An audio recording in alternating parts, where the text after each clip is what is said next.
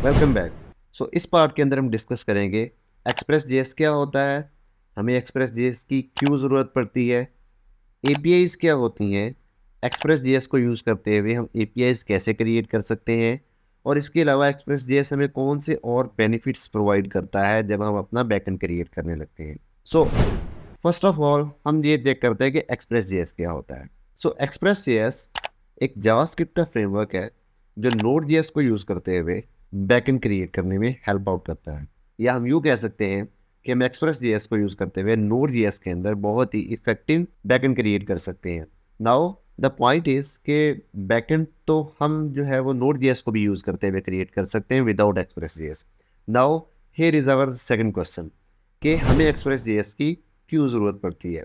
हमने पिछले पार्ट के अंदर देखा कि नोड जेएस के अंदर जब हम मल्टीपल एपीज बनाने लगे थे, तो वहाँ पर हमने ये रियलाइज़ किया था कि इस तरह से अगर हम एपीएस बनाते हैं तो हमारा बैकएंड स्केलेबल नहीं होगा। अगर आपने हमारा नोड जेएस वाला पार्ट नहीं देखा तो लिंक डिस्क्रिप्शन के अंदर मौजूद है, आप जाके हमारा एक्सप्रेस जेएस नोड जेएस वाला पार्ट देख सकते हैं और वहाँ से देख सकते हैं नोड जेएस क्या होती है, हम उसके अंदर बैकएंड कैसे क्रिएट कर सकते हैं, और ये जिस इशू पे मैं यहाँ पर बात कर रहा हूँ वो भी आपको वहाँ पर पता चल जाएगा। Now coming back to our topic. So हमने वहाँ पर ये चेक किया था कि स्केलेबल एप्लीकेशन बनाना या स्केलेबल बैकएंड बनाना सिर्फ नोड जेएस को यूज़ करते हुए काफ़ी मुश्किल होगा। एक्सप्रेस जेएस हमें इन सारी चीज़ों का सोल्यूशन देता है। हम ब्राउज़र को ओपन करते हैं और चेक करते हैं एक्सप्रेस जेएस को सबसे पहले तो मैंने यहाँ पर ला के एक्सप्रेस जेएस लिखा। सो मैं यहाँ पर क्लिक करता हूँ तो ये एक्सप्रेस जेएस का हमारे पास जो वेबसाइट ओपन होगी। तो अगर आप यहाँ पर देखें तो एक्सप्रेस जेएस जो है वो हमें ये बता रहा है कि वो नोड जेएस का फ्रेमवर्क है। अच्छा, अब हमने ये देखना है कि हम इसको यूज़ करते हुए जो मल्टीपल जो हमें ये फीचर देता है, ये मल्टीपल ये हमें प्रोवाइड करता है, फंक्शंस प्रोवाइड करता है, ये जिस तरह की भी ये डिफरेंट चीज़ें प्रोवाइड करता है जो हमें फैसिलिटेट करती हैं क्रिएट करने में हमारा बैकएंड, तो उसको हम देखते हैं। तो सबसे पहले तो हम यहाँ पर हमारे पास मल्टीपल चीज़ें जिसमें गेटिंग स्टार्टेड है, देन देयर इज़ गाइड जो हमें राउटिंग और मिडलवेयर और बहुत सारी चीज़ों के बारे में बताता है, एपीआई रेफरेंसेस, एडवांस टॉपिक अगर हमने देखने रिसोर्सेज। ये बहुत सारी चीज़ें जो हम यहाँ पर देख सकते हैं। सबसे पहले तो हम यहाँ पर आते हैं और मैं क्लिक करता हूँ गेटिंग स्टार्टेड के ऊपर, जिसमें वो कुछ चीज़ें बताएगा कि किस तरह से स्टार्ट करना है। अ, जी एनपीएम इनिट हम ऑलरेडी कर चुके हैं, ऐप हम क्रिएट कर चुके हैं। अगेन अगर आपने ये सारी चीज़ें देखनी है और अगर आपको नहीं पता कि कैसे होनी है, तो आप वापस हमारे पार्ट 1 के ऊपर जाएँ, वहाँ पर जाके देखें नोड जेएस के अंदर मैंने ये एप्लीकेशन इस तरह से क्रिएट की हुई है और बताया कि एनपीएम इनिट क्या करता है और उसका एंट्री पॉइंट और वो सारी चीज़ें जो भी होती हैं वो मैंने वहाँ पर बताई हुई हैं। Now coming back to again our topic. So फिर आपने कमांड रन करनी है और एक्सप्रेस को इस तरह से इंस्टॉल करना है, तो आपका एक्सप्रेस जो है वो इंस्टॉल हो जाएगा। अगर आप उसको टेम्परेरीली इंस्टॉल करना चाहते हैं तो आप इस तरह से npm install express then node save, तो उसको टेम्परेरीली इंस्टॉल करेगा, परमानेंटली इंस्टॉल नहीं करेगा। ओके। नाउ हम आगे आते हैं और गाइड के ऊपर जो सेकंड पार्ट है जिसके अंदर हम डिटेल में देखेंगे कि इसके जो डिफरेंट फंक्शन है वो हमें किस तरह से प्रोवाइड करता है। ओके। अगर गाइड के अंदर है तो सबसे पहले राउटिंग है जो कि बहुत इंपॉर्टेंट है। राउटिंग असल में जो एक्सप्रेस जेएस का जो मेन जो पार्ट है वो राउटिंग है सर्वर क्रिएट करने के बाद। तो फर्स्ट चीज़ ऑब्वियसली सर्वर क्रिएट करना है, सेकंड चीज़ राउटिंग है जो बहुत इंपॉर्टेंट है। तो राउटिंग असल में क्या करती है कि हमने जो मल्टीपल एपीआईज बनानी होती है, असल में उन एपीआईज के एंड पॉइंट्स होते हैं हम उन्हें राउटिंग के अंदर ही डिफाइन करते हैं। अब अगर मैं इस राउटिंग को थोड़ा सा स्क्रॉल डाउन करूं तो आप देखें कि एक्सप्रेस जेएस को हम इस तरह से इंपोर्ट करेंगे, देन ऐप इस तरह से करके हमने उसका इस तरह से एक ऐप क्रिएट करेंगे, और जो भी हमने राउट बनाना है, तो जब हम बैकएंड बना रहे होते हैं तो राउट बनाने के लिए हम अपनी रिक्वेस्ट की टाइप बताते हैं, राउट की टाइप बताते हैं, जो कि गेट हो सकती है, पोस्ट हो सकती है, डिलीट हो सकती है, पुट हो सकती है, पैच हो सकती है, जो कि हम नेक्स्ट अभी टॉपिक में अभी डिस्कस करेंगे उसको डिटेल में पेज वाले टॉपिक में। ओके। उसके लिए आपने ऐप डॉट गेट या ऐप डॉट पोस्ट या जो बाकी मैं बता रहा था वो आपने करनी है, एंड देन आपने प्रोवाइड करना है इस तरह से एक स्लैश, फॉरवर्ड स्लैश, देन उस फॉरवर्ड स्लैश के आगे अपनी अपनी ईपी का नेम देना है, एंड देन उसके अंदर आपको एक कॉल बैक फंक्शन मिलेगा। उस कॉल बैक फंक्शन में एक आपको रिक्वेस्ट होगी and then there is response. Request में क्या होता है, रिस्पॉन्स के अंदर क्या होता है, वो हम जब अपनी कोडिंग स्टार्ट करेंगे तो वहाँ पर हम देखेंगे उसको डिटेल के अंदर। ओके। ये इस तरह से हमारी राउटिंग हम इसको क्रिएट करते हैं। ओके। जो नेक्स्ट चीज़ है, जब हमने राउटिंग को देख ली तो मैं अगर इसको ज़रा स्क्रॉल डाउन करूँ तो हमारे पास जो चीज़ आती है, जो नेक्स्ट चीज़ है वो मिडल वेयर्स होती हैं। मिडल वेयर्स क्या होती हैं, मिडलवेयर ये होती है कि अगर हम ये चाहते हैं कि हम अपने जो भी एक पर्टिकुलर हम राउट बना रहे हैं तो उस राउट की जो कोर फंक्शनैलिटी है वो परफॉर्म होने से पहले कुछ और फंक्शनैलिटी परफॉर्म हो जाए एंड देन उसके बाद जो हमारी एक्चुअल लॉजिक है वो परफॉर्म हो, और हम ये कंसिडर करते हैं कि वो जो लॉजिक है जो हमारे राउट को एग्जीक्यूट होने से पहले परफॉर्म होनी है वो हमारी रीयूजेबल लॉजिक है। तो अब ऐसा नहीं होगा कि हम हर राउट के अंदर जैसे यहाँ पर आएंगे, इस ऐप डॉट गेट के अंदर आता हूँ, यहाँ पर इसके अंदर आके मैं लिखता हूँ, एक और राउट इस तरह से बनाता हूँ, उसके अंदर सबसे पहले आके लिखता हूँ। सो ये एक इस तरह से ये एक अच्छी अप्रोच नहीं होती, बल्कि हम क्या करते हैं, मिडल वेयर यूज़ करते हैं। देन मिडल वेयर क्या करती है, मिडल वेयर के बाद हमें एक वो प्रोवाइड करता है नेक्स्ट का इस तरह से फंक्शन। सो ये नेक्स्ट क्या करता है, रिक्वेस्ट रिस्पॉन्स के बाद जो नेक्स्ट है ये करता है कि अगर हमारा हम मल्टीपल मिडलवेयर ऐड कर सकते हैं, मींस मल्टीपल फंक्शन हो सकते हैं एक हमारे राउट के अगेंस्ट। तो पहला फंक्शन अगर एग्जीक्यूट हो गया तो हम नेक्स्ट इस तरह से एंड पे कॉल करते हैं, वो उससे अगले फंक्शन पे चले जाता है, देन नेक्स्ट ऐड करेंगे उसके अगले फंक्शन पे चल जाएगा। तो इस तरह से ये चीज़ चलती है। जैसे कि फॉर एग्जाम्पल जैसे उसने यहाँ पर ये इस तरह से करके दिखाया हुआ है कि उसने क्या किया हुआ, ऐप डॉट गेट, ठीक है, and then there is one function, other second function and third function. अब जब वो सी बी जीरो पे जाता है तो जो भी एक लॉजिक परफॉर्म होने के बाद नेक्स्ट होता है। अब नेक्स्ट का मतलब है कि जो सेकंड, जैसे ये सी बी वन है तो नेक्स्ट ये है तो वो यहाँ पर आएगा, और इसको आके जैसे वो नेक्स्ट कॉल होगा तो वो सी बी वन पे चला जाएगा। अब सी बी वन पे आके ये वाला फंक्शन एग्जीक्यूट होगा, देन नेक्स्ट कॉल होगा, देन आपके पास सी बी टू कॉल हो जाएगा, देन यहाँ से रिस्पॉन्स आप इस तरह से सेंड कर सकते हैं। That's how it work. So इस तरह से अगर आप उसको देखो तो आप इस तरह से उसको क्रिएट कर सकते हो। तो सबसे पहली चीज़ ऐप डॉट गेट, देन आपकी जो मिडलवेयर फंक्शंस, एंड देन उसके बाद रिक्वेस्ट रिस्पॉन्स और नेक्स्ट, इस तरह से आप उसको यूज़ कर सकते हैं। अच्छा, मिडलवेयर को हमने अच्छा, अगर आपको चीज़ें अभी ये ज़रा फास्ट फास्ट लग रही हैं तो आपने उसके बारे में ज़रा टेंशन नहीं लेनी, आपने कोई परेशानी नहीं लेनी, क्योंकि हम जैसे ही थोड़ा सा आगे जाएंगे तो हम इसकी रियल इम्प्लीमेंटेशन देखेंगे, तो वहाँ पर मैं अगेन इसको डिटेल के अंदर एक्सप्लेन करूँगा। So don't worry about that, अगर आपको अभी ये चीज़ें जो है वो थोड़ी सी फास्ट फास्ट लग रही है, समझ नहीं आ रही। ओके, सो नेक्स्ट चीज़ है एक्सप्रेस राउटर। सो एक्सप्रेस राउटर हम किस लिए यूज़ करते हैं, इट्स वेरी इंपॉर्टेंट। तो आपने इसको ज़रा ध्यान से देखना, गौर से सुनना। ये इसलिए होता है कि हम फॉर एग्जांपल जैसे मेरे पास एक एंड पॉइंट है यूज़र का, अब यूज़र के एंड पॉइंट के अगेंस्ट में मल्टीपल और एंड पॉइंट क्रिएट करना चाहता हूँ, और मैं क्या कहता हूँ यूज़र का, फॉर एग्जांपल मैं नहीं चाहता कि मेरे जो जितने भी सारे एंड पॉइंट हैं या कंट्रोलर जिसको हम कहते हैं जहाँ पर लॉजिक परफॉर्म होनी है, मैं उनको अपनी एपीआई के अंदर ही लिखूँ। मैं चाहता हूँ कि मैं एपीआई के अंदर जस्ट एक पाथ दूँ एंड देन उसके आगे उस एपीआई उस एक राउट के आगे अगर मल्टीपल राउट हैं तो वो एग्जीक्यूट हो अगेंस्ट डिफरेंट कंट्रोलर, और वो ऑटोमेटिकली वहाँ पर चलते रहें। तो उसके लिए हम क्या करते हैं, हम करते हैं राउटर डॉट यूज़। अब राउटर डॉट यूज़ के अंदर हमने एक राउटर क्रिएट किया, तो एक राउट क्रिएट किया होता है जिसको हम इस तरह से यूज़ करते हैं। जैसे कि उसने यहाँ पर भी एक एग्जाम्पल दी हुई है, अगर आप देखें उसने कहा router dot use request response next. Then अगर आप देखेंगे तो उसने रिक्वेस्ट डॉट गेट के अंदर एक फंक्शन बनाया, देन रिक्वेस्ट डॉट गेट के अंदर दूसरा फंक्शन बनाया हुआ है, और यहाँ से वो क्या कर रहा है, राउटर को क्या कर रहा है, एक्सपोर्ट कर रहा है। अब होगा क्या कि जहाँ पर हम इस राउटर को यूज करेंगे तो इस राउटर के अंदर मेरे पास ये गेट की रिक्वेस्ट भी आ रही होगी एंड देन गेट अबाउट का फंक्शन भी आ रहा होगा एक ही राउटर के अंदर। तो मैंने अब हम एग्जाम्पल अगेन वापस लेते हैं यूज़र की। तो अब अगर यूज़र में मेरे पास चार डिफरेंट एंड पॉइंट मैंने बनाने थे, चार डिफरेंट राउट बनाने थे, तो मैं इन चारों राउट को इकट्ठा करके एक राउटर के अंदर इनक्लोज कर दिया। अब जहाँ जहाँ मैंने वो यूज़ करना है तो मैं फॉर एग्जांपल अब उसका नेम जो राउटर के बजाय यूज़र राउटर रख दूंगा और उसको यूज़ करता रहूँगा। सो दैट्स हाउ उसने जैसे यहाँ पर ये बर्ड्स के नाम से बनाया हुआ है, और ये जो यहाँ पर बर्ड है, अब ये जो बर्ड है ये क्या चीज़ है, ये हमारे पास वो राउटर है जो कि यहाँ पर है, बर्ड डॉट जी एस की फाइल उसने बनाई हुई है। तो ये राउटर वो सारे के सारे मतलब इस तरह से आएगा, फॉरवर्ड स्लैश बर्ड तो उसमें ये यूज़ हो जाएगा, forward slash bird slash about तो उसमें ये वाला राउटर यूज़ हो जाएगा। तो ये इस तरह से हमारे पास राउटर यूज़ होता है। सो नाउ हम वापस आते हैं अपने कोड के ऊपर, और उधर आके हम इसको इंस्टॉल करते हैं और प्रॉपर इसकी इंस्टॉलेशन करते हैं, एंड देन हम इम्प्लीमेंटेशन से इसको मज़ीद समझने की कोशिश करते हैं एक्सप्रेस जेएस को। तो मैं वापस आता हूँ, तो मैं वापस इधर कोड पे आया और यहाँ पर आके अगेन मैं क्या करूँगा, टर्मिनल को ओपन किया मैंने यहाँ से। ओके, सबसे पहले अब हम क्या करते हैं, एक्सप्रेस जेएस को इंस्टॉल करते हैं। तो एक्सप्रेस जेएस को इंस्टॉल करने के लिए ऑब्वियसली हम ये कमांड रन करेंगे npm i एक्सप्रेस, राइट, क्योंकि हमने ये देखा था, ठीक है, जब हम उसके ऊपर गए थे तो हमने देखा था npm i एक्सप्रेस। तो इस तरह से हम उसको करेंगे इंस्टॉल। तो ये इंस्टॉलेशन हमारे पास ये कंप्लीट हो गई है। तो अब मैं क्या करता हूँ, यहाँ पर आऊँगा और ये जो पहले मैंने जितना कोड लिखा हुआ है इस सारे कोड को अब मैं यहाँ से करने लगा हूँ रिमूव, लाइक दिस। मैं सारे कोड को यहाँ से रिमूव कर देता। अब मैं यहाँ पर क्या करता हूँ, मैं कहता हूँ const express is equal to require express. तो इस तरह से हम इसको इंपोर्ट करते हैं। ठीक है, जब हम कॉमन जेएस यूज़ कर रहे होते हैं, मॉड्यूल यूज़ नहीं कर रहे होते, तो हम इस तरह से इसको यहाँ से इंपोर्ट करते हैं। बट चलें उस चीज़ को बाद में डिस्कस करेंगे। देयर इज़ अनदर थिंग जिसको हम नेक्स्ट थोड़ी देर के बाद डिस्कस करेंगे, वो ये है कि हम इंपोर्ट को जिस तरह से इंपोर्ट किया जाता है, इंपोर्ट का कीवर्ड यूज़ करके हम इंपोर्ट करते हैं, वो किस तरह से कर सकते हैं, जैसे एक मॉड्यूल के तौर पे हम करते हैं।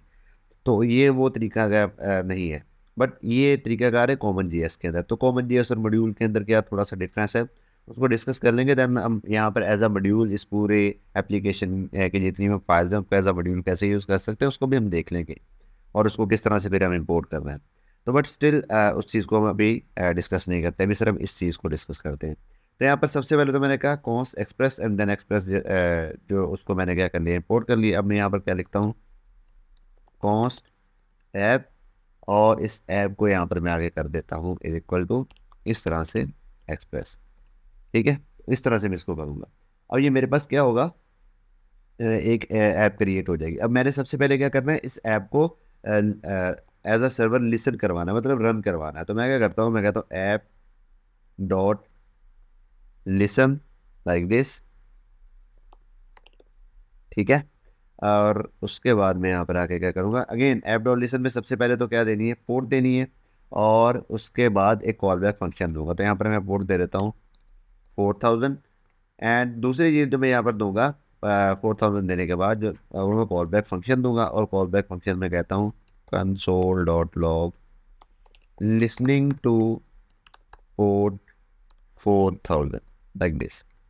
राइट, अब मैं इसको रन करके देखता हूँ और हम ये चेक करते हैं कि हमारे पास ये रन हो रहा है कि नहीं हो रहा। तो मैं कहता हूँ npm स्टार्ट।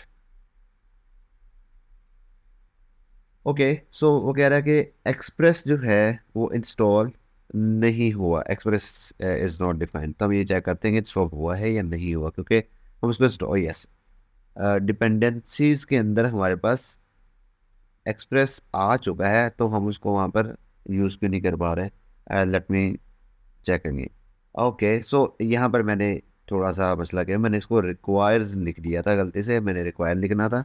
सो अगर आप यहाँ पर देखें तो लिसनिंग टू पोर्ट 4, तो हम सक्सेसफुली एक्सप्रेस जेएस की ऐप को रन कर चुके हैं। नाउ द फर्स्ट थिंग जो हमने भी चेक करनी है, हमने ये चेक करनी है कि हमने ये चेक करना है कि हम सक्सेसफुली उसमें से किसी चीज़ को रीड कर सकें। लाइक हम एक एंड पॉइंट बनाते हैं, तो मैं यहाँ पर आके लिखता हूँ ऐप डॉट गेट। तो मैं एक रिक्वेस्ट बनाता हूँ गेट की। Okay, now coming back to again API, यहाँ पर मैंने गेट कहा, तो again coming back to API. But सबसे पहले मैं ये कर लेता हूँ, फिर हम उसको बल्कि देखते हैं। तो मैं पहले आपको सिर्फ एक सक्सेसफुली गेट की रिक्वेस्ट जो है ना वो रन करके दिखाता हूँ। तो यहाँ पर मैं आके फॉरवर्ड स्लैश के साथ लिखता हूँ प्रोडक्ट्स। राइट, तो अब दूसरी चीज़ जैसे कि हमने वहाँ पर देखा था, फर्स्ट चीज़ क्या होती है, हमने एंड पॉइंट देना होता है। मतलब अगर मैं इसको यहाँ पर कर सकूँ तो आप क्या कहते हो, ऐप डॉट गेट और any request type. Right, API type जो कोई भी हो सकती है, app dot get post book. तो उसके अंदर क्या क्या चीज़ें हमने करनी होती हैं। तो जो फर्स्ट चीज़ होती है वो हमारे पास होती है कि हमने उसमें देना होता है अपना एंड पॉइंट, या उसे हम कहते हैं route. Route name started with forward slash, पहली चीज़ तो ये होती है। और दूसरी चीज़ जो होती है वो हमारे पास एक कॉल बैक फंक्शन होता है। ठीक है, उस कॉल बैक फंक्शन में क्या होता है, अगर मैं जैसे यहाँ पर कह रहा हूँ कॉल बैक फंक्शन होता है, उसमें जो दो पैरामीटर होते हैं। ठीक है, तो नंबर 3 में कॉल बैक फंक्शन क्या लेता है, 2 पैरामीटर। और जो फर्स्ट पैरामीटर होता है वो क्या होता है, फर्स्ट पैरामीटर हमारे पास होता है रिक्वेस्ट, और जो सेकंड पैरामीटर होता है वो हमारे पास होता है रिस्पॉन्स। राइट, तो ये एक उसका हमने बताया कि सबसे पहले जब आप उसकी ऐप डॉट के बाद अपनी टाइप देते हो, देन उसके बाद जो फर्स्ट चीज़ होती है उसमें आप क्या देते हो, राउट देते हो, सॉरी राउट का नेम जो कि फॉरवर्ड स्लैश के साथ स्टार्ट होना चाहिए। दूसरा जो उसका जो आर्गूमेंट होता है वो होता है call back function. Again call back function के दो पैरामीटर्स होते हैं, जो फर्स्ट पैरामीटर वो रिक्वेस्ट होती है, जो सेकंड पैरामीटर होता है वो रिस्पॉन्स होता है। तो मैं यहाँ पर आगे इसको क्रिएट करता हूँ। एंड ऑब्वियसली मिडल वेयर होते हैं, लेकिन उसको भी हम डिस्कस नहीं करें, हम जैसे डिस्कस करेंगे तो उस चीज़ को भी हम देखें। तो यहाँ पर क्या आ जाएगा, रिक्वेस्ट, ये क्या आ जाएगा, रिस्पॉन्स। और मैं इसको यहाँ पर आता हूँ और अगेन यहाँ पर आके मैं सिंपल क्या कहूँगा, मैं आपको सबसे पहले तो रिक्वेस्ट में दिखाता हूँ क्या आता है। तो जैसे मैंने आपको नोड जेएस की रिक्वेस्ट दिखाई थी, आपको एक्सप्रेस जेएस की भी रिक्वेस्ट में दिखाता हूँ क्या क्या चीज़ें आती हैं। तो मैं यहाँ पर रिक्वेस्ट को सिंपल कंसोल करवा रहा हूँ, देन मैं रिस्पॉन्स सेंड कर रहा हूँ, रिस्पॉन्स डॉट सेंड। जिस तरह हम वहाँ पर करते थे रिस्पॉन्स डॉट राइट हेड, तो यहाँ पर क्या होता है, रिस्पॉन्स डॉट सेंड। जब हमने क्लाइंट को रिस्पॉन्स वापस सेंड करना है तो उसके लिए हमने करना होता है रिस्पॉन्स डॉट सेंड। अब रिस्पॉन्स डॉट सेंड मैंने यहाँ पर कहा, तो ऑब्वियसली यहाँ पर आप कुछ भी भेज सकते हो, तो मैं सिर्फ फिलहाल स्ट्रिंग भेजता हूँ। तो मैं कहता हूँ नो प्रोडक्ट एग्जिस्ट, राइट, मैंने सिर्फ ये लिख दिया। अब मैं पोस्टमैन के ऊपर आता हूँ एंड फॉरवर्ड स्लैश प्रोडक्ट में कॉपी कर लेता हूँ ताकि कोई एरर ना आए। और मैं यहाँ पर आगे पोस्टमैन के ऊपर जहाँ पर मैंने कैटेगरीज लिखा हुआ था वो मैं ये लिख लेता हूँ। अगेन अभी मुझे एरर आएगा क्योंकि ये देखो यहाँ पर मैंने पोस्ट लिखा हुआ था, अगर मैं इसको यहाँ पर रन करूँ तो मुझे एरर देगा। ठीक है, तो उसने कहा 404 नॉट फाउंड। ये स्टेटस कोड क्या होते हैं, अब मैं इसके बारे में भी डिस्कशन करूंगा, but not in this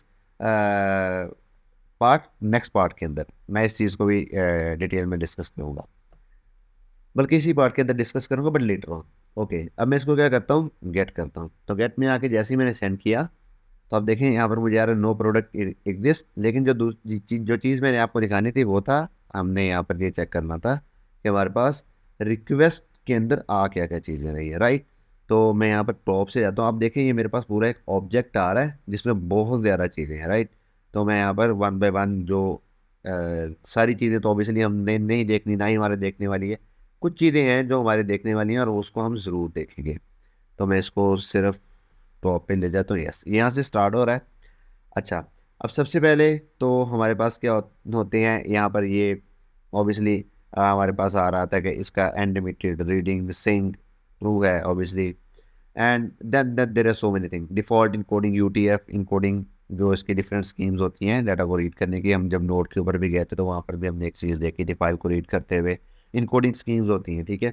so वो मल्टीपल होती हैं, मोस्टली मैंने कहा था वहाँ पर भी यूटीएफ 8 यूज़ होती है। तो ऑब्वियसली यहाँ पर हमारा जो टॉपिक है वो इनकोडिंग स्कीम नहीं है। तो लेकिन फिर भी अगर आपने उसके बारे में जानना है तो आप कमेंट सेक्शन के अंदर क्वेश्चन कर सकते हैं।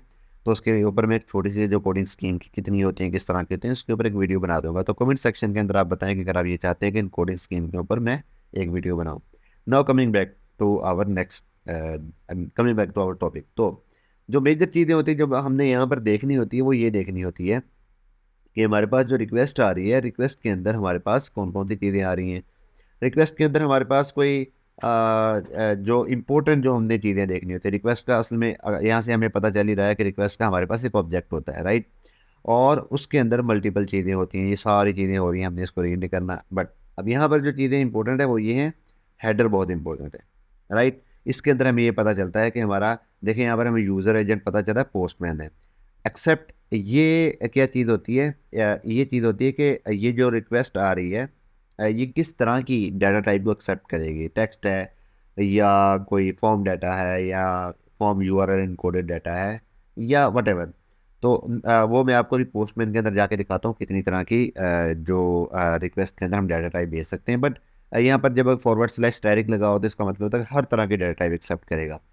होस्ट कौन है, ऑब्वियसली लोकल होस्ट 400 है जो हमारा होस्ट है, right. And then this is वो भेज रहा है, पोस्टमैन का टोकन भेज रहा है, कनेक्शन हमारा लाइव है। देन ये रॉ हेडर है, मतलब यही हेडर है बट इनको एज एन अरे फॉर्मेट के अंदर वो दिखाया गया है। देन हमारे पास यहाँ पर यूआरएल आता है कि कौन सा यूआरएल है, किस कौन सी रिक्वेस्ट कॉल हुई है। इसी से ही असल में ऐप डॉट जी एस, यानी कि ये जो हमारा ऐप, जो हमारी एक्सप्रेस की ऐप है, ये यहाँ से ही पता लगाती है कि किस, यहाँ पर जैसे ऐप डॉट गेट, तो ये फॉरवर्ड स्लैश हमारे पास प्रोडक्ट है, तो यहाँ से असल में इसको पता चलता है कि किस राउट को उसने आगे दिखाना है, किस राउट के अंदर का जो कॉल बैक फंक्शन है उसको उसने एग्जीक्यूट करना है। दूसरी चीज़ है मेथड। तो ये जैसे मैंने यहाँ पर गेट का मेथड लिखा हो तो यहाँ से उसको पता चलता है कि गेट। तो जब मैंने यहाँ पर पोस्ट लिखा था तो उसको पता चला कि उसने सबसे पहले मेथड चेक किया ऐप डॉट पोस्ट, और पोस्ट के अंदर कोई भी प्रोडक्ट हमारे पास कोई पोस्ट का सिरे से एग्जिस्ट ही नहीं करता था रिक्वेस्ट टाइप, तो इसलिए उसने भेजा 404। Then there is status code and then there is status message. और एक और चीज़ जो बहुत इंपॉर्टेंट होती है इसके अंदर वो होती है डाटा। जब हमारे पास मैंने ऊपर दिखाया था रिक्वेस्ट डॉट डाटा हमारे पास होता है, तो ये कुछ चीज़ें होती हैं जो हमने रीड करनी होती हैं, और उससे हमें फिर पता चलता है कि request dot U R L and then request dot data. अभी रिक्वेस्ट के अंदर ऑब्वियसली कोई डाटा नहीं आ रहा, इसलिए हमें यहाँ पर पता नहीं चलता। Then there is a thing called request dot param, तो अभी कोई भी पैरम भी नहीं एग्जिस्ट करता। क्यूरी पैरम फॉरवर्ड स्लैश लगा के आते हैं, तो वो सारी चीज़ें हम स्टेप बाय स्टेप देखेंगे। बट अभी हमने ये चेक कर लिया कि हमारे पास इस तरह से एक रिक्वेस्ट का रिस्पॉन्स होता है। Then there is response dot send. अच्छा, अभी मैंने सिंपल लिखा था रिस्पॉन्स डॉट सेंड, बट हम एक और भी चीज़ भेजते हैं इस तरह से, रिस्पॉन्स डॉट स्टेटस। राइट, जो मैंने कहा था कि हमने स्टेटस कोड भी भेजनी है, या इस तरह से भी भेज सकते हैं, या एक दूसरी चीज़ होती है status code, like this status code, ये चीज़ ठीक है। बट हम नॉर्मली स्टेटस यूज़ करते हैं। स्टेटस कोड क्यों यूज़ करना है, किस तरह से यूज़ करना है, इट्स अ सेपरेट डिबेट। तो स्टेटस कोड में हमने एक ही सिर्फ पैरामीटर देना है, अगर आप यहाँ पर दें वो नंबर होता है, ठीक है। अभी जैसे हमारे पास बाय डिफॉल्ट 404 जा रहा था। ओके, अब आते हैं वापस, और सबसे पहले तो ये चीज़ चेक करते हैं कि हमारे पास ऐप डॉट सॉरी जो हमारी जो एपीआई की टाइप कितनी होती है, और दूसरे नंबर पे हम चेक करेंगे कि स्टेटस कितनी तरह के होते हैं। So there are so many status, हम उनको में से कुछ को डिस्कस करेंगे, और हम जो एपीआई की टाइप है उन सबको डिस्कस करेंगे। तो सबसे पहले तो हम एपीआई की टाइप को डिस्कस करते हैं और देखते हैं कि कितनी तरह की टाइप होती है। तो अब हम डिस्कस करेंगे एपीआईज़ को, जिसका मैंने पीछे आपसे प्रॉमिस किया था कि हम एपीआई को बाद में डिस्कस करेंगे। तो एपीआई क्या होती हैं और एपीआई को हम क्यों यूज़ करते हैं, एपीआई की क्या इफ़ेक्टिवनेस है, इवन कि हम ये जो पूरा बैकएंड भी बना रहे हैं इसमें हमने एपीआईज़ ही बनानी है। तो क्योंकि हमने एपीआईज़ बनानी है तो हमें एटलीस्ट एपीआई का कोर कॉन्सेप्ट तो होना चाहिए कि एपीआई किस लिए बनाई जाती हैं, उनका कोर कॉन्सेप्ट क्या है, उनकी वर्किंग किस तरह से होती है। सो ये सारी चीज़ें अभी हम डिस्कस करते हैं। तो मैं स्टार्ट करूँगा एक एग्जांपल के साथ। एक कस्टमर जाता है, जाके बैठता है एक सीट के ऊपर, और एक वो बुलाता है वेटर को। वेटर मेन्यू लेके आता है, उस मेन्यू में से सिलेक्ट करता है कोई भी मेन्यू, वेटर वापस जाता है, वो जो भी ऑर्डर होता है उसको शेफ़ को देता है, शेफ़ उसको प्रिपेयर करता है।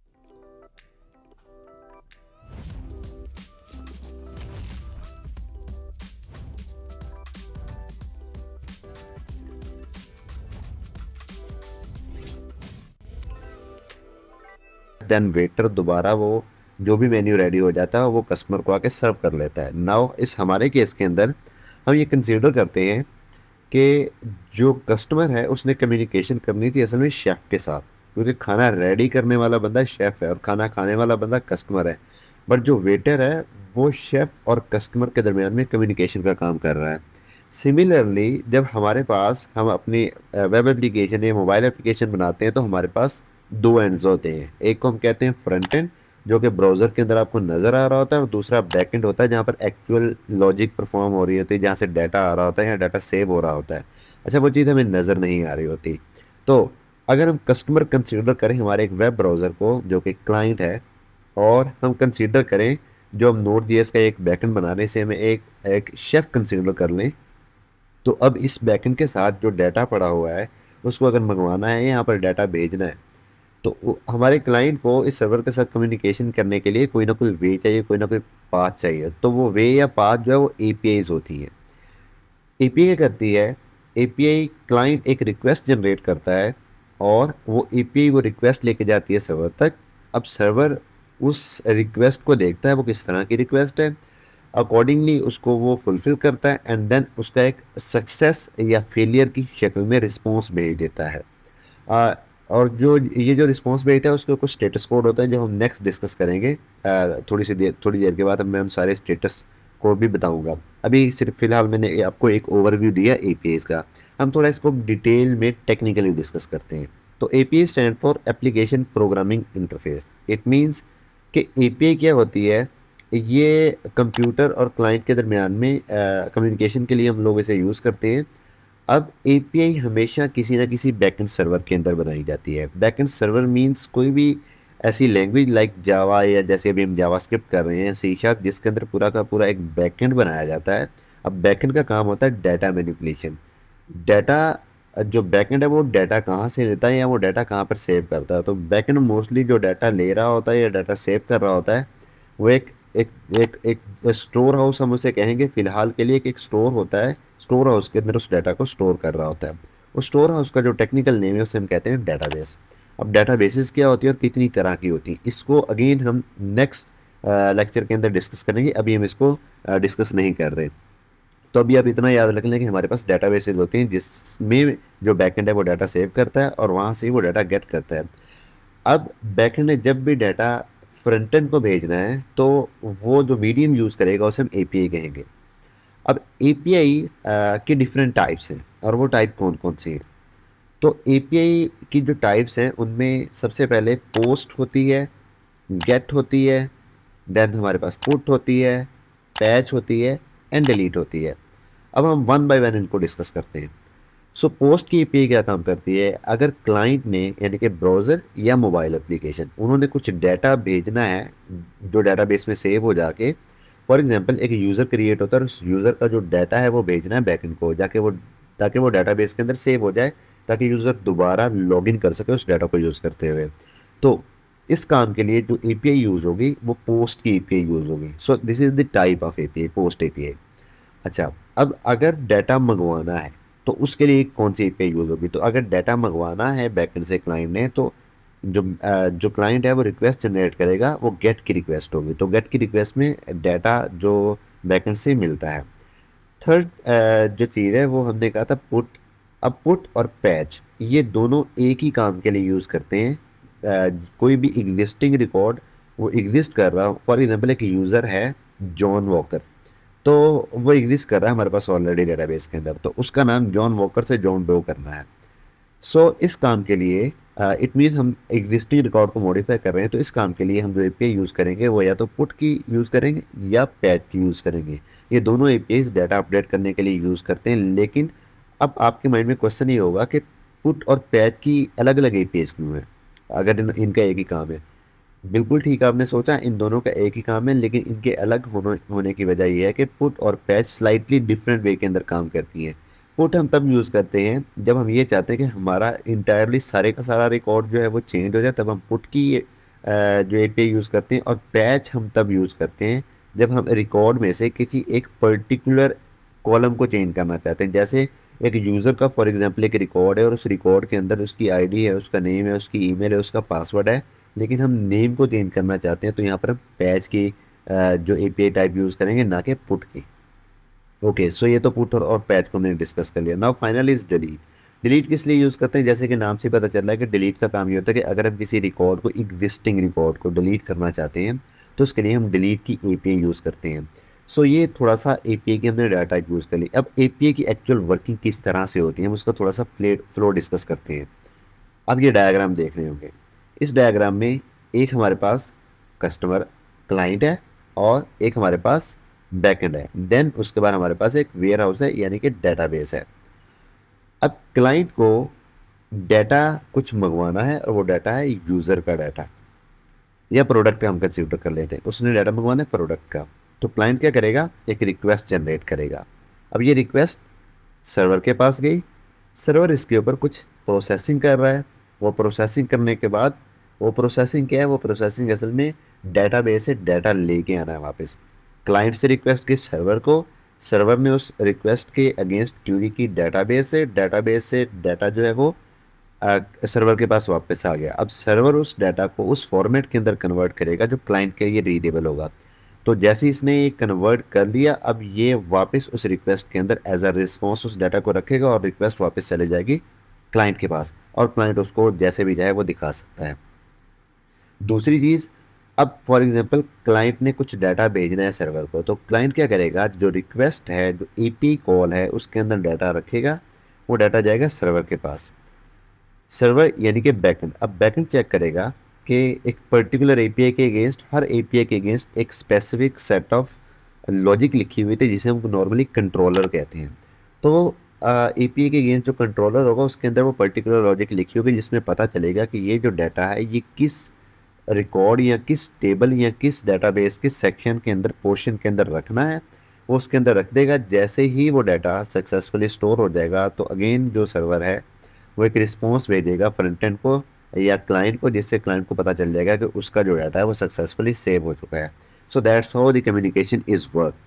अब क्योंकि जो ये मैंने अभी जो आपको दोनों सिनेरियोज बताए ये बेस्ट केस सिनेरियो होते हैं, तो normally obviously best case scenarios नहीं होते, there are so many scenarios जब आपके पास एप्लीकेशन वर्क हो रही की वर्किंग चल रही होती है। तो हर तरह के सिनेरियो को डिस्कस करने के लिए बहुत सारे स्टेटस कोड होते हैं। स्टेटस कोड क्या डिफाइन करते हैं कि जो एपीआई गई थी और उस एपीआई के ऊपर जो प्रोसेसिंग हुई थी उसकी प्रोसेसिंग का रिजल्ट क्या है। ठीक है, तो वो मल्टीपल टाइप्स के रिजल्ट हो सकते हैं, सक्सेस में भी मल्टीपल टाइप के और फेलियर में भी मल्टीपल टाइप के हो सकते हैं। वो ये बताएगा कि ये क्लाइंट साइड का एरर है या सर्वर साइड का एरर है या डाटा का एरर है। तो जितनी भी तरह के एरर होंगे तो वो आपको स्टेटस कोड से पता चल जाएगा। तो स्टेटस कोड कितनी तरह के होती हैं, let's start with the status code. Okay, so now जो स्टेटस कोड्स होते हैं अगर हम उसको देखें तो हमारे पास जो स्टेटस कोड स्टार्ट होते हैं वो स्टार्ट होते हैं 100 से। तो हम ये कह सकते हैं कि कुछ की स्टेटस कोड की जो प्रीफिक्स है 1 होती है, तो वो 1 से आगे एक सीरीज़ होती है, मैं बताता हूँ वो किस लिए होती है। सेकंड जो होती है वो 2 से स्टार्ट होती है, मतलब 201, 200, 202 दूसरी वो होती है। तीसरी जो हमारे पास प्रीफिक्स होती है वो 300 की होती है, 300 से स्टार्ट होके। देन चौथी जो प्रीफिक्स होती है 400 की एक सीरीज़ होती है, तो 400 से स्टार्ट होके नेक्स्ट जाती है। एंड जो लास्ट होती है वो 5 से स्टार्ट होती है, यानी कि 500, 501, 502। तो मैं सबसे पहले तो आपको बताता हूँ कि 100 की जो सीरीज़ होती है, मतलब जो 100 है या 101 है, 102 है, ये किस लिए होते हैं।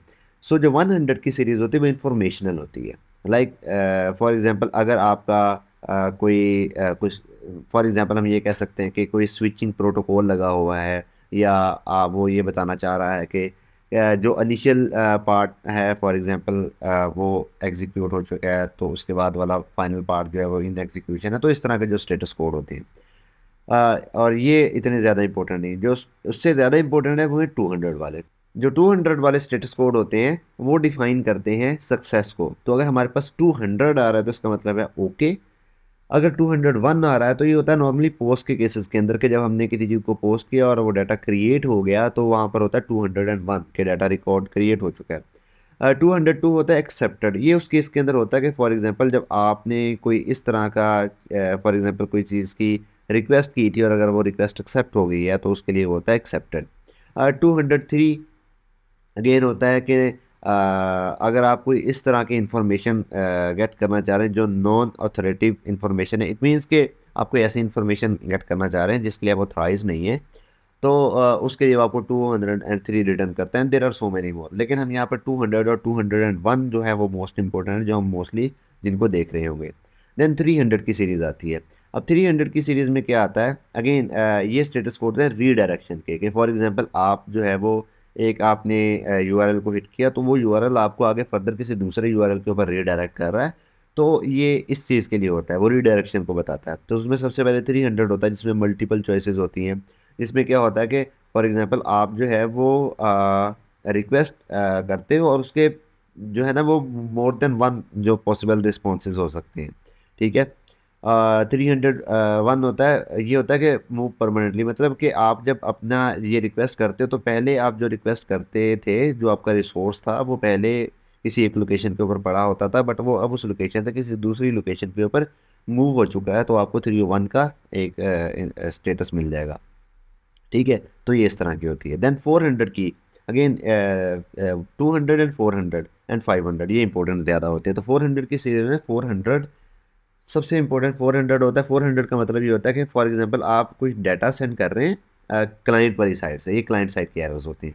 तो क्लाइंट साइड से अच्छा कुछ ऐसे एरर्स होते हैं जो क्लाइंट साइड के होते हैं, कुछ सर्वर साइड के होते हैं, कुछ सक्सेस के। तो जो पहला था जो 200 वाला वो सक्सेस था, सेकंड वाला ऑब्वियसली रीडायरेक्शन था, मैंने आपको बताया था 300 वाला। 400 वाले क्लाइंट साइड के स्पेसिफिकली एरर होते हैं। इसमें ये होता है कि आपके पोस्ट के अंदर जो डाटा भेजा है वो डाटा सेट गलत है, तो उसके लिए वो देता है 400 बैट रिक्वेस्ट, मतलब वो ये कहेगा कि जो डाटा चाहिए था वो डाटा सेट सही नहीं है।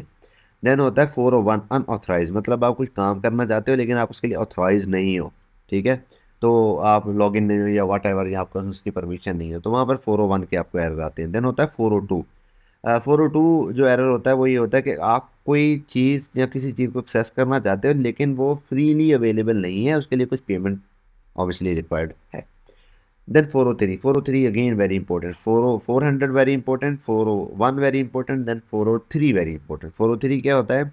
403 ये होता है कि आप जो है वो लॉगिन ही नहीं हो, आप कोई ऐसी पेज हैं जिनको एक्सेस करने के लिए आपका लॉगिन होना ज़रूरी है बट आप लॉगिन नहीं है, तो उसके लिए आपको आता है 403 का जो एरर होता है कि फॉरबिडन। देन 404 होता है, 404 आप किसी एंड पॉइंट को, जैसे अभी हमें थोड़ी देर पहले आया था, आप किसी एंड पॉइंट को एक्सेस करना चाहते हो, वो एंड पॉइंट एग्जिस्ट नहीं करता, तो उसके लिए आपको होता है 404 नॉट फाउंड। देन होता है 405। 405 ये होता है कि अगर आपका कोई एंड पॉइंट तो एग्जिस्ट करता है लेकिन उसका जो मेथड आप गलत यूज़ कर रहे हो। फॉर एग्जांपल आपने एक एंड पॉइंट किया फॉरवर्ड स्लैश प्रोडक्ट, उसकी जो टाइप थी वो थी गेट, आप यूज़ कर रहे हो वहाँ पर पोस्ट, तो ये मेथड नॉट एक्सेप्टेबल है, गेट होना चाहिए था, तो वहाँ पर आएगा 405।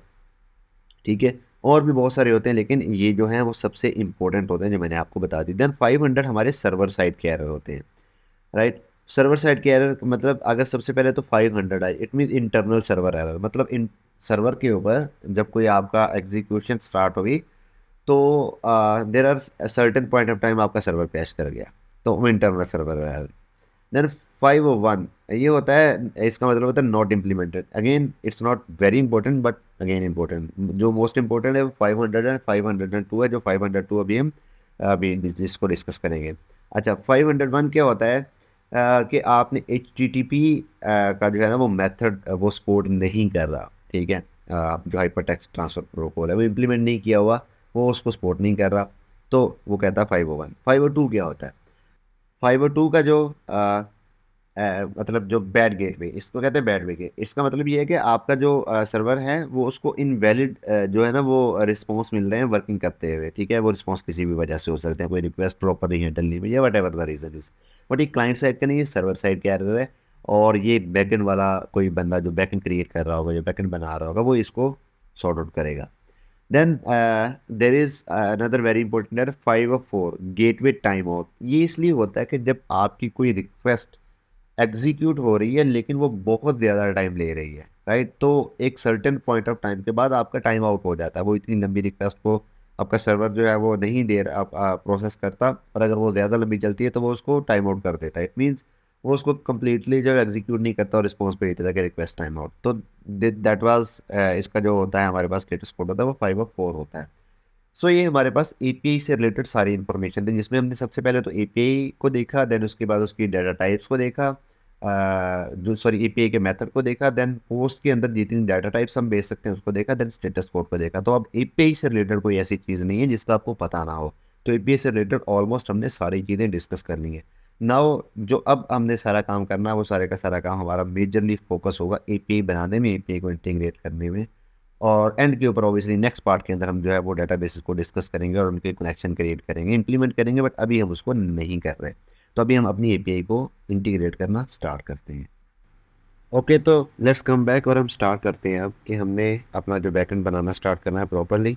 तो अब हम उसके ऊपर वर्किंग स्टार्ट करते हैं। हमने काफ़ी डिटेल के अंदर चीज़ें डिस्कस कर ली, हमने एपीआई, स्टेटस कोड और एक्सप्रेस जेएस को, हमने इन सारी चीज़ों को डिस्कस कर लिया है।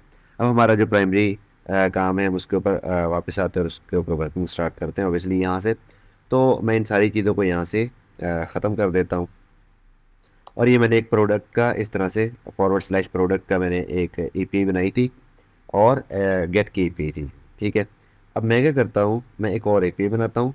जैसे मैंने यहाँ पर प्रोडक्ट्स लिखा, अगेन मैं इसको इसी तरह से लिखूँगा, बट मैं इसकी जो अब डाटा टाइप है वो पोस्ट कर दूँगा, राइट। और इसके अंदर मैं यहाँ पर आके कुछ भी नहीं करूँगा सिवाय एक काम करने के। अब मैंने यहाँ पर पोस्ट की डाटा टाइप भेज दिया, तो यहाँ पर मेरे पास रिक्वेस्ट के अंदर हमने देखा था कि हमारे पास एक ऑब्जेक्ट होता है रिक्वेस्ट डॉट बॉडी का। तो वो रिक्वेस्ट डॉट बॉडी का जो ऑब्जेक्ट क्या करता है, जो हमारे पास डाटा आ रहा है तो उस डाटा को हम यहाँ से रीड करते हैं, राइट, इस तरह से। तो मैंने सिंपल इसको रिक्वेस्ट डाटा यहाँ पर कर देता हूँ, एंड जो वापसी के ऊपर मैं भेजूँगा अभी, तो वो भी मैं रिक्वेस्ट डॉट बॉडी इस तरह से मैं भेज दूँगा, लाइक दिस। अच्छा, अभी मैं यहाँ पर कोई स्टेटस नहीं भेज रहा, तो यहाँ पर मैं स्टेटस 200 भेज दूँगा, और यहाँ से भी मैं स्टेटस 200 भेज दूँगा। अच्छा, अब रिक्वेस्ट डॉट बॉडी जो है, रिक्वेस्ट डॉट बॉडी के अंदर मैं क्या करता हूँ, इसको एज इट इज़ ही भेजना है, लेकिन उसमें एक स्लाइड चेंज में करने लगा हूँ। मैं यहाँ पर ये करने के बाद यहाँ पर एक आईडी दे दूँगा, सिर्फ ये चेक करने, वहाँ पर सिर्फ आपको दिखाने के लिए कि हमने डाटा जो भेजा है वही वाला डाटा आया है। ओके, सो ये मैंने इसको इस तरह से, प्रोडक्ट्स की गेट की रिक्वेस्ट है और ये प्रोडक्ट्स की पोस्ट की रिक्वेस्ट है। इसके अंदर हम डाटा भेजेंगे, हमें यहाँ पर भी नज़र आ जाएगा कि डाटा आया है और हमें पोस्टमैन के ऊपर भी नज़र आ जाएगा। तो मैं यहाँ पर आता हूँ पोस्टमैन के ऊपर। सबसे पहले तो मैं बॉडी के अंदर जाऊँगा, बॉडी के अंदर जाके मैं इस रॉ के ऊपर क्लिक करूँगा क्योंकि मैंने जेसन फॉर्मेट के अंदर डाटा भेजना है। और अब मैं यहाँ पर क्या जेसन को सिलेक्ट कर लूँगा, ठीक है। अब अच्छा, मैं यहाँ पर एक काम करता हूँ, मैं यहाँ पर आके इसको इस तरह से करके सबसे पहले तो मैं कह देता हूँ नेम, मतलब प्रोडक्ट का जो मेरे पास नेम होगा मैं उसको नेम को कह देता हूँ फ़िलहाल, ठीक है, मैं इसको डमी प्रोडक्ट ही कह देता हूँ, लाइक दिस। ये अभी हमारे पास एक डमी प्रोडक्ट है। देन मैं उसके बाद उसमें एक उसकी प्राइस लिख देता हूँ। मैं कहता हूँ कि जो प्राइस हमारे पास होगी वो $20 होगी, ठीक है। मैं इसको जो है ना वो यहाँ से सेंड करता हूँ। मैंने देखा, मैंने इसको सेंड किया तो मुझे यहाँ पर आईडी आ रही है, मेरे पास ये डाटा नहीं है। इंटरेस्टिंग। सो लेट्स सी कि हमारे पास डाटा क्यों नहीं गया। मुझे वापस यहाँ पर आना पड़ेगा and request dot data is undefined, right. तो रिक्वेस्ट डॉट डाटा अनडिफाइंड क्यों आ रहा है? इंटरेस्टिंग चीज़ है, बट आपको इसमें इतनी टेंशन लेने की ज़रूरत नहीं है। और उसकी वजह ये है कि मैंने यहाँ से क्या करना है, क्योंकि हमने यहाँ पर इंटीग्रेट भी करना होता है मिडलवेयर्स। डिफरेंट मिडलवेयर्स हैं जो हम इस ऐप के अंदर ऐड करेंगे, जो प्लगइन्स हैं या जिनको हमने इसके अंदर ऐड करना है। तो अभी हमारी ऐप जो है वो जेसन डाटा को एक्सेप्ट नहीं कर रही, तो मुझे यहाँ पर लिखना पड़ेगा ऐप डॉट यूज़ इस तरह से करके, और इसके बाद मैं यहाँ पर लिखूँगा जेसन, और इसको मैं इस तरह से कॉल कर लूँगा। तो अब जो बॉडी के अंदर मेरे पास जेसन डाटा आ सकता है, मैंने यहाँ पर लिखा है ना जैसे app dot use and then JSON, तो मेरे पास जेसन डाटा आ सकता है, मतलब ये जेसन डाटा जो है वो एक्सेप्ट कर लेगा। फाइन। तो मुझे यहाँ पर एक नीचे एरर आया, और एरर ये आया है कि Express JSON, oh what it. So इस तरह से हम इसको यूज़ नहीं कर सकते। आ, अच्छा, अब नॉर्मली क्या होता है, अगर आपने मेरा रेक्ट जेएस वाला या नेक्स्ट जेएस वाला कोड देखा होगा, अगर आपने नहीं देखा तो आप जो डिस्क्रिप्शन है वहाँ पर लिंक लगा हो, वहाँ पर जाके देख सकते हैं। वहाँ पर मैंने दो तरह की इंपोर्ट और एक्सपोर्ट को बताया था, डिफ़ॉल्ट एक्सपोर्ट और जो होती है named import, then default export and named export. तो ये मैंने वहाँ पर डिफाइन किया था। अगर आपको नहीं पता तो आप कमेंट सेक्शन के अंदर मुझे बताएं, मैं वहाँ पर आपको आंसर कर दूंगा। अगर आपको पता है तो दैट्स रियली गुड, और अगर आप उसको सीखना चाहते हैं और आपको पता भी नहीं और आप कमेंट सेक्शन के अंदर भी नहीं बताना चाहते, तो आप रिएक्ट जीएस के कोर्स को जाके चेकआउट कर सकते हैं, वहाँ पर ये चीज़ें मैंने जो बताई हुई हैं। ओके, और दूसरी चीज़ जावास्क्रिप्ट के कोड के अंदर भी ये मैंने चीज़ें बताई हुई हैं। तब जावास्क्रिप्ट का कोड भी अगर जाके देखें, कोर्स में जाके देखेंगे तो वहाँ पर भी आपको ये चीज़ें मिल जाएंगी। खैर, अब मैं ये चाहता हूँ कि मैं इसको ना इस तरह से यूज़ ना करूँ, because this is a common, मैं इसको जीएस के तौर पे यूज़ कर रहा हूँ, तो ये एज अ मॉड्यूल यूज़ हो, जिसको मैं प्रॉपर इस तरह से लिखूँ इंपोर्ट, और वो एक प्रोफेशनल सी फीलिंग है। तो और क्योंकि ये इस तरह से काफ़ी डिफिकल्ट हो जाएगा, मुझे दो दफ़ा अगर एक्सप्रेस में से दो चीज़ें एक्सपोर्ट करनी है तो मुझे एक दफ़ा ऐसे करनी पड़ रही है, दूसरी दफ़ा मुझे एक और लाइन लिखनी पड़ेगी। तो मैं क्या करूँगा, इस तरह से जाऊँगा यहाँ पर आके लिखूँगा मैं टाइप, इस तरह से लिखूँगा तो एरर आ जाएगा, मुझे ऐसे लिखनी है टाइप, एंड टाइप के बाद मैं यहाँ पर दे दूँगा इस तरह से। अगर आप देखें तो कॉमन जीएस मॉड्यूल, मेरे पास दो चीज़ें आ रही हैं, तो मैंने यहाँ पर मॉड्यूल दे देना है लाइक दिस। और इसके बाद मैंने इसको क्या करना है, सर्वर को रिस्टार्ट कर लेना है। ठीक है, मैं सर्वर पे आऊँगा, मैं सर्वर पे आता हूँ और उसके बाद मैंने सर्वर को रिस्टार्ट कर लेना। मैं यहाँ पर आके इसको एक दफ़ा क्लोज करता हूँ कंट्रोल सी प्लस करके, दैन दोबारा npm स्टार्ट लिखूँगा। ओके, ये स्टार्ट हो गया है। ओके, दैट्स गुड, कोई मसला नहीं है, क्योंकि एरर जो हमारे पास आ रहा है हमने इसको एज अ मॉड्यूल यूज़ कर लिया है, तो हम इसको वहाँ से इस तरह से एक्सपोर्ट नहीं कर सकते ऐसे करके। तो मुझे अब इसको किस तरह से करना है, मैं यहाँ पर आके इसको ऐसे ख़त्म करूँगा, और यहाँ पर मैं लिखूँगा इम्पोर्ट लाइक दिस, और सबसे पहले तो मैं लिखूँगा एक्सप्रेस। ये देखें, उसने एक्सप्रेस को एक्सप्रेस में से इंपोर्ट कर लिया। दूसरी चीज़ जेसन है, तो उसको मैं इस तरह से कर लूँगा। ठीक है, सो ये दोनों चीज़ें मैंने इंपोर्ट कर ली हैं। अब मैं यहाँ पर आता हूँ, ठीक है, मैं इसको अब सेव कर लेता हूँ। मेरा प्रीटी आई गेस कुछ इशू दे रहा है, विच इज़ फाइन।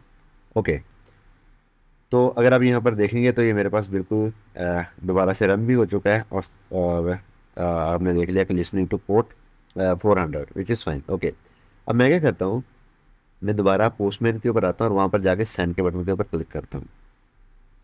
तो अब आप जैसे ही हमारे पास डाटा आपने यहाँ पर देखा, अब यहाँ पर मेरे पास नेम भी आ गया, प्राइस भी आ गई और आईडी भी आ गई। तो यहाँ पर हमने जो फर्स्ट चीज़ लर्न की वो ये है कि हमने हमेशा जब एक्सप्रेस जेएस की ऐप को क्रिएट करना है, क्योंकि हमने उसके अंदर डाटा पोस्ट करना है, तो हमने हमेशा यूज़ करना है app dot use Jason.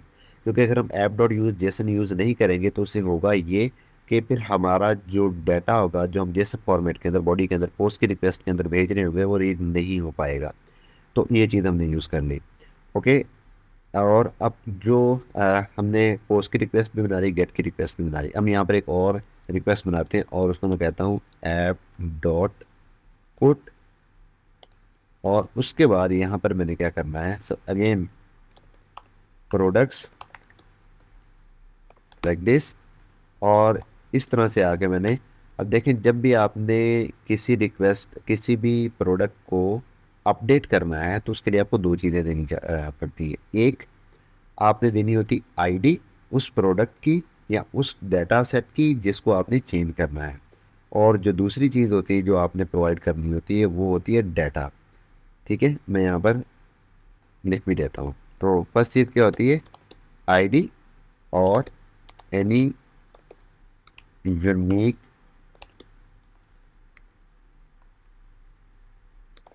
Unique identifier. जो नॉर्मल केसेस के अंदर जो यूनिक आइडेंटिफायर वो आईडी ही होता है, which will find in which record to update. तो ये फाइंड करेगा कि किस रिकॉर्ड को अपडेट करना है, एंड डाटा टू अपडेट, तो दूसरी चीज़ डाटा जो हमने अपडेट करना है। तो ये दो चीज़ें। अब एक्सप्रेस जेएस के अंदर जब हमने कोई भी इस तरह का राउट बनाना होता है जिसके अंदर हमने आईडी पास करके या तो एक स्पेसिफिक रिकॉर्ड गेट करना है, या किसी स्पेसिफिक रिकॉर्ड को डिलीट करना है, या किसी स्पेसिफिक रिकॉर्ड को अपडेट करना है, तो उसके लिए हम इस तरह से ये कॉलन का जो कन्वेंशन यूज़ करते हैं। और उसके बाद कोई भी यहाँ पर मैं नेम दे सकता हूँ, मैं आईडी दे सकता हूँ, मैं टी दे सकता हूँ। ये जो भी मैं यहाँ पर नेम दूंगा, जब मेरे पास रिक्वेस्ट एग्जीक्यूट होगी तो वो मुझे रिक्वेस्ट के अंदर हमारे पास एक एक एट्रीब्यूट होता है, जिस तरह से रिक्वेस्ट डॉट बॉडी होता है इस तरह से रिक्वेस्ट डॉट पैरम होता है। तो रिक्वेस्ट डॉट पैरम के अंदर हमें ऑब्जेक्ट के अंदर वो चीज़ मिल जाती है। ठीक है, अभी मैंने यहाँ पर आईडी किया तो मुझे आईडी मिल जाएगी। प्रोडक्ट की आई गेस तो स्पेलिंग मैंने गलत लिखी है, तो मैं इसको भी ठीक कर लेता हूँ, प्रोडक्ट्स। एंड यहाँ पर मैं आके अगेन रिक्वेस्ट रिस्पॉन्स, और इसको यहाँ पर मैं सिर्फ सबसे पहले तो आपको कंसोल डॉट लॉग करके दिखा देता हूँ कि हमारे पास जो है वो डाटा रिक्वेस्ट के अंदर हमारे पास आईडी आ रही है। रिक्वेस्ट डॉट मैं पैरम्स करता हूँ, रिस्पॉन्स को फ़िलहाल मैं एज इट इज़ सेंड कर दूँगा। ठीक है, लाइक दिस, और यहाँ पर मैंने आईडी 1 भेज दी। ओके, तो अब मैं क्या करता हूँ, मैं एक पुट की रिक्वेस्ट यहाँ पर आके बनाता हूँ इस तरह से। मैंने यहाँ पर लिखा पुट, ये मेरे पास प्रोडक्ट्स हैं, उसके बाद मैं यहाँ पर दे देता हूँ 3, राइट। अब सॉरी मैंने सेव प्रेस कर दिया, तो अब यहाँ पर मैंने दे दिया 3। मैं यहाँ पर आईडी की बजाय मैं यहाँ पर लिख देता हूँ इस तरह से request dot params dot ID. तो अब यहाँ पर आईडी के अंदर, इस जगह पे आईडी के अंदर मुझे क्या आना चाहिए, ऑब्वियसली 3 आना चाहिए, क्योंकि मैं यहाँ से 3 भेज रहा हूँ। उस 3 को मैं यहाँ से पैरम्स के अंदर से रीड कर रहा हूँ। ये आईडी कहाँ से आ रहा है, इस आईडी की वजह से मुझे आईडी मिल रहा है पैरम के अंदर से, और ये वापस चला जाएगा। सो ये मैंने इसको रन किया। अब देखिए यहाँ पर मेरे पास आईडी 3 आ रहा है। तब हुआ क्या कि जैसे मैंने यहाँ पर आईडी 3 भेजा, तो असल में जो मेरे पास ये मेरे पास जो पैरम है, ठीक है, सॉरी ये मेरे पास जो राउट है, इसमें ये जो आईडी है, ये आईडी रिप्लेस किसके साथ हो जाता है, हमारे इस केस के अंदर 3 के साथ, इस तरह से। और जो पैरम्स का ऑब्जेक्ट होता है, पैरम के ऑब्जेक्ट के अंदर जो पैरम का ऑब्जेक्ट है, ऑब्वियसली एक हमारे पास एक ऑब्जेक्ट है, तो ऑब्जेक्ट के अंदर इस तरह से एक आईडी का एट्रीब्यूट बनता है, उसमें 3 स्टोर हो जाता है। तो जब हम यहाँ से रिक्वेस्ट डॉट पैरम जो है उसको रीड कर रहे हैं, तो हमारे पास पैरम के अंदर इस तरह से आईडी 3 पड़ा होता है, जिसको हम यहाँ से रीड कर लेते हैं, एंड देन उसको वहाँ पर अपेंड करके सेंड कर रहे हैं। सो ये आपको पता चल गया कि हम किस तरह से इन चीज़ों को रीड कर रहे हैं। ओके, तो अब आप देखें कि एक मैं जैसे जैसे रिक्वेस्ट बना रहा हूँ, रिक्वेस्ट मेरे पास बन रही हैं और वो एग्जीक्यूट भी हो रही हैं। Now here is another thing, जो कि जिस चीज़ को अवॉइड करने, मतलब नोड जेएस के अंदर जो चीज़ थी जिसको अवॉइड करने के लिए हमने एक्सप्रेस जेएस के साथ अपनी एप्लीकेशन बनाना स्टार्ट की थी। तो वो चीज़ क्या थी? वो चीज़ ऑब्वियसली ये थी कि हमारी एप्लीकेशन स्केलेबल नहीं होगी। लेकिन अगर हम यहाँ पर देखते हैं तो यहाँ पर भी देख के लग तो यही रहा है कि सारी की सारी जो रिक्वेस्ट हैं वो तो एक ही जगह पे बनी जा रही है। अगेन ये तो एक पूरा मैस क्रिएट हो जाएगा। सो इस चीज़ को कैसे अवॉइड करें? एक्सप्रेस जेएस यहाँ पर हमें कैसे फैसिलिटेट करता है? तो अब हम मैजिक देखते हैं एक्सप्रेस जेएस का कि वो हमें किस तरह से फैसिलिटेट करता है। वो इन तीनों एपीआईज़ का किस तरह से एक ग्रुप बना देगा। हम यहाँ से सिर्फ वो ग्रुप को यूज़ करेंगे और उधर जाके सारी की सारी जो रिक्वेस्ट हैं ये अलग से एक फाइल के अंदर पड़ी होंगी, वहाँ से हम उसको रीड कर लेंगे। तो मैं क्या करता हूँ, मैं यहाँ पर आके एक फ़ोल्डर बनाता हूँ और उस फ़ोल्डर का मैं नाम रख देता हूँ राउटर, राइट। और इस राउटर के जो फ़ोल्डर के अंदर मैं जाके इस तरह से करता हूँ और इसको एक फ़ाइल बनाता हूँ और इसको मैं कहता हूँ प्रोडक्ट राउटर, ठीक है। और इसको मैं कहता हूँ डॉट जी एस। अच्छा, अब मैंने प्रोडक्ट राउटर इस तरह से बना लिया। अब यहाँ पर मैं इंपोर्ट कर लेता हूँ एक्सप्रेस को। बल्कि एक्सप्रेस की जगह में मैंने जो यहाँ से चीज़ इंपोर्ट करनी है वो राउटर। एक्सप्रेस हमें एक चीज़ प्रोवाइड करता है जिसे कहते हैं राउटर, ठीक है। अब मैंने उस राउटर को यूज़ करना है और उस राउटर को यूज़ करते हुए मैंने क्या करना है, मैंने एक फंक्शन बनाना है राउटर का और उस राउटर के फंक्शन के अंदर से अगेन मुझे वो सारी चीज़ें मिल रही होंगी, ठीक है। अच्छा, उस राउटर को हम कैसे बना सकते हैं? Again it's a question. अच्छा, मैं राउटर को ना इस तरह से नहीं बनाऊंगा, बल्कि मुझे यहाँ से एक्सप्रेस को ही इंपोर्ट करना है, लाइक दिस। अब मैं यहाँ पर आता हूँ, मैं आपके कहता हूँ कॉस्ट राउटर, या मैं इसको कह देता हूँ इसी तरह से जो हमने नाम अपनी फाइल का रखा है वो यहाँ पर रख लेते हैं, प्रोडक्ट राउटर। और इज इक्वल टू मैं इसको कह देता हूँ एक्सप्रेस, ठीक है। जैसे मैं यहाँ पर एक्सप्रेस लिखूंगा तो एक्सप्रेस डॉट हमारे पास क्या होगा, एक्सप्रेस डॉट राउटर। राउटर का आर कैपिटल है, ठीक है। सो इस तरह से हम इसको कॉल कर लेंगे। इससे हमें पता चला क्योंकि आर कैपिटल है तो राउटर एक क्लास है। ये मैंने जावास्क्रिप्ट के अगेन मैंने जावास्क्रिप्ट के अपने जो कोर्स है उसके अंदर बताया हुआ है कि हमारे पास जो कन्वेंशन क्या होती है जावास्क्रिप्ट के अंदर नेमिंग की, हम फंक्शन का नेम हमेशा पास्कल के अंदर पास्कल नहीं सॉरी कैमल केस के अंदर रखते हैं। मतलब जिस तरह से मैंने प्रोडक्ट राउटर का, तो ये कैमल केस है। फर्स्ट वर्ड का जो फर्स्ट लेटर है वो स्मॉल, देन सेकंड जो हमारे पास वर्ड है उसका जो फर्स्ट लेटर है वो कैपिटल, जिसे कहते हैं कैमल केस। अच्छा, लेकिन जैसे ही फर्स्ट लेटर फर्स्ट वर्ड का जो है वो कैपिटल हो तो इट मीन वो एक क्लास है। अच्छा, ये मैंने राउटर बना लिया। अब अगेन मैंने क्या करना है, मैं यहाँ पर आके मैं इस तरह से यहाँ से आता हूँ, मैं इन तीनों चीज़ों को यहाँ से कॉपी करता हूँ, यहाँ पर आके पेस्ट कर लेता हूँ लाइक दिस, ठीक है। अब यहाँ पर मैं ऐप की बजाय यहाँ पर क्या करूँगा, प्रोडक्ट, और इस तरह से ये मैंने product router dot gate product router dot post product router dot put कर लिया, ठीक है। अब मैं क्या करता हूँ, अपना ये जो राउटर है इसको मैं यहाँ से एक्सपोर्ट कर देता हूँ। मैं कहता हूँ एक्सपोर्ट डिफ़ॉल्ट प्रोडक्ट राउटर।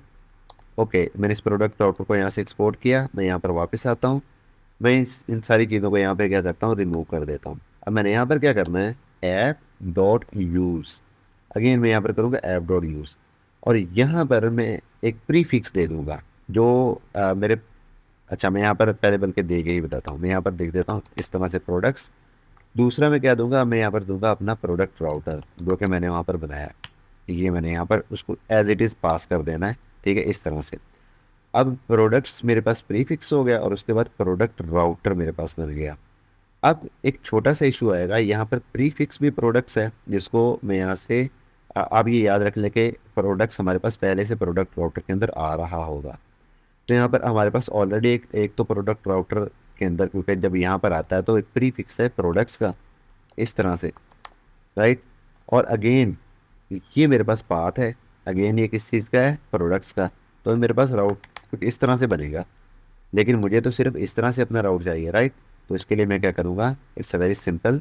तो मुझे उसके लिए करना है, यहाँ जहाँ जहाँ जहाँ मैंने प्रोडक्ट्स लिखा हुआ है मैं उसको रिमूव कर दूँगा, ठीक है। तो मैं इन सारी जगहों से प्रोडक्ट्स को रिमूव कर देता हूँ।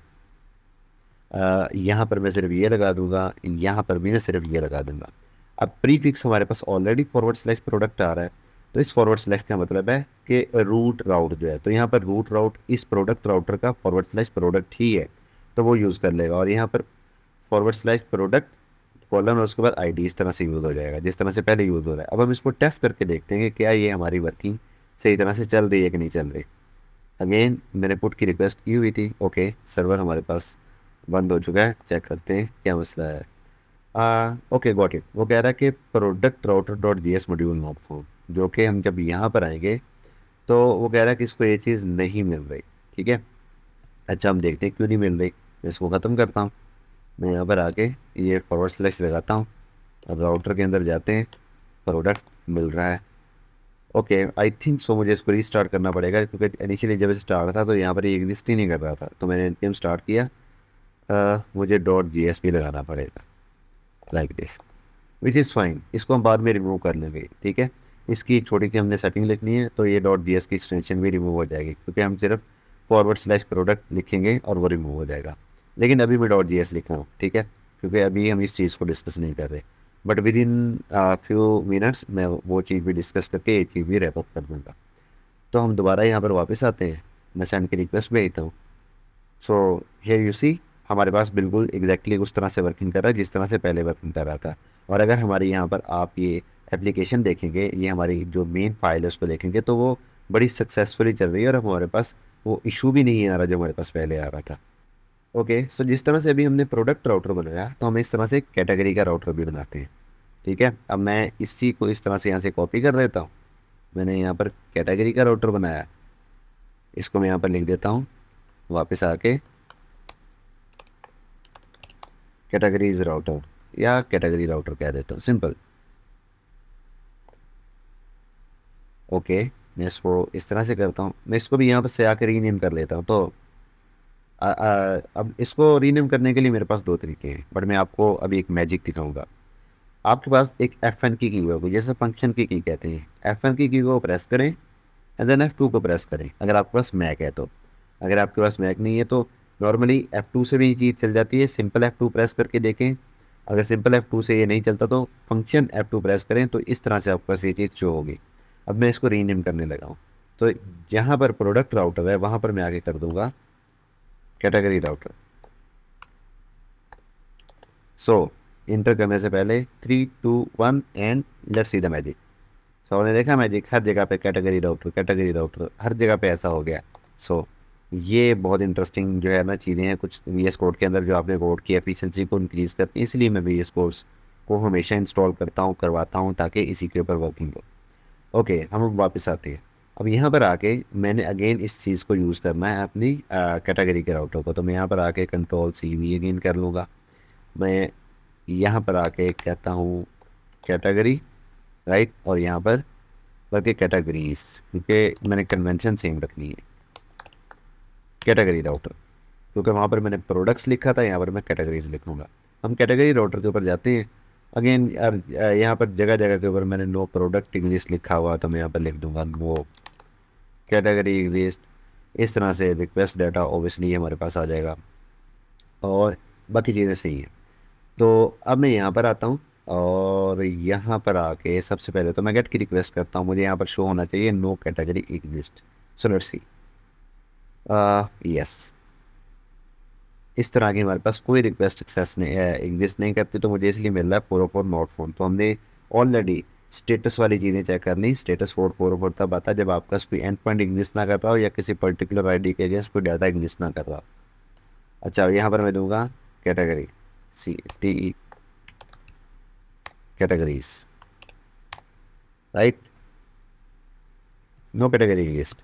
तो अब देखें कि मेरे पास इस टाइम 6 डिफरेंट एंड पॉइंट चल रहे हैं, लेकिन उस 6 डिफरेंट एंड पॉइंट के अंदर अपनी मेन ऐप के अंदर मुझे सिर्फ यहाँ पर 2 नज़र आ रहे हैं, और मैंने दोनों को बड़ी इफेक्टिवली अलग अलग राउटर के अंदर अलग अलग फाइल्स के अंदर मैंने इसको रख दिया है। अगर मैं इसको इस तरह से ना कर रहा होता तो क्या हो रहा होता कि ये सारे 6 के 6 एंड पॉइंट एक फाइल के अंदर होते, और हमारे पास जिस तरह से एंड पॉइंट बढ़ते जाते वो सारी चीज़ें आती जाती। तो अभी हमने दो एक डमी इस तरह से ना एपीआईज बनाई है। ऑब्वियसली एपीआईज हमारे पास ये डमी नहीं है, बट ये जो डाटा इनके पास आ रहा है या हम इसको जो डाटा भेज रहे हैं, ना हम उसे किसी जगह के ऊपर स्टोर कर रहे हैं, और ना ही हम उसे दोबारा से कहीं से रिट्रीव कर रहे हैं। इस वजह से हम इस बैकएंड को मज़ीद इफेक्टिव नहीं कर सकते, मज़ीद इफेक्टिव नहीं बना सकते। नो डाउट हमने एपीआईज़ बना भी ली हैं और एपीआईज़ को टेस्ट भी कर लिया, हमारी एपीआई चल रही हैं। दो केस में अभी और कुछ मसले हैं, और वो मसले क्या हैं? कुछ इस तरह के मसले हैं। I am just giving an hint. यहाँ पर एक कोर्स का मसला है, ठीक है? और अगर आपको पता नहीं है कि कोर्स क्या होती हैं, तो डोंट वरी, हम इसको भी अपने इस लेक्चर के अंदर, यानी कि इस पूरे कोर्स के अंदर नेक्स्ट पार्ट्स के अंदर बताएंगे। लेकिन उसके लिए आपको इसके सारे पार्ट, फर्स्ट पार्ट से लेके एंड पार्ट तक देखने पड़ेंगे। वहाँ से फिर मैं आपको कोर्स क्या होती हैं, किस तरह से इम्प्लीमेंट करते हैं, किस तरह से उसके मसले रिजॉल्व करते हैं, इंपॉर्टेंस क्या होती है, वो भी चीज़ें बताऊँगा। लेकिन उसके लिए आपको देखना पड़ेगा हमारे इस कोर्स को एंड तक। तो वापस आते हैं टॉपिक के ऊपर। तो अब ना तो ये डाटा कहीं स्टोर हो रहा है, ना हम कहीं से कोई डाटा, जो एक्चुअल डाटा वापस भेज रहे हैं। तो what is the purpose of this backend? तो बनाने की ज़रूरत ही क्या है? क्योंकि मैंने तो कहा था कि हम फुल फ्लैज एप्लीकेशन बनाएंगे। तो नेक्स्ट चीज़ जो हम इसके अंदर इम्प्लीमेंट करेंगे वो है डेटाबेसेस। और डेटाबेसेस को इम्प्लीमेंट, डेटाबेस नॉट डेटाबेसेस, एक ही डेटाबेस, ऑब्वियसली हम एक डेटाबेस यूज़ करेंगे। तो लेकिन हमने जो डिस्कस करना है वो तो डेटाबेसेस को डिस्कस करना है, राइट? तो डेटाबेसेस क्या होती है, कितनी तरह की होती हैं, सो उसको डिस्कस करेंगे। लेकिन उसको डिस्कस करने से पहले आप लोगों से एक ही रिक्वेस्ट थी कि हमारे इस वीडियो को लाइक करें, क्योंकि आपको पता है कि जब आप इस वीडियो को लाइक करते हैं तो यूट्यूब के एल्गोरिदम को पता चलता है, हमारी इस वीडियो को वो प्रमोट करता है और वो बहुत सारे दूसरे लोगों तक जाती है। उससे जो फ़ायदा होता है, हमें फ़ायदा ये होता है कि हमारी वीडियो प्रमोट होती है और हमारी इस जितनी भी हम एफ़र्ट्स कर रहे हैं, हमें उसका रिवॉर्ड मिलता है। आपको ये फ़ायदा होता है कि आपको हमारी तमाम आने वाली वीडियोस साथ-साथ नज़र आना शुरू हो जाती हैं, वीडियो आपको रिकमेंड करता है। और दूसरे बहुत सारे लोगों का फ़ायदा इसलिए होता है कि बहुत सारे ऐसे लोग जिनका इंटरेस्ट बिल्कुल आप ही की तरह का है, वो लोग भी लर्निंग करना चाहते हैं, बट उन्हें पता नहीं कि वो कहाँ से लर्निंग करें। इंग्लिश के अंदर अगर वो देखते हैं तो उनको वो लैंग्वेज बैरियर आता है, तो उन्हें हिंदी या उर्दू का पता नहीं कहाँ से सीखें, तो ये वीडियो उन तक भी पहुँचती है। तो इसलिए हमारी वीडियो को ज़्यादा से ज़्यादा लाइक करें, कमेंट सेक्शन के अंदर जो भी क्वेश्चन है उसको लाज़मी रेज़ करें, हमें ये भी बताएँ कि हम मज़ीद किन टॉपिक के अंदर टॉपिक्स को डिस्कस करें, और इस चैनल को सब्सक्राइब भी लाज़मी करें और बेल आइकन को भी लाज़मी प्रेस करें।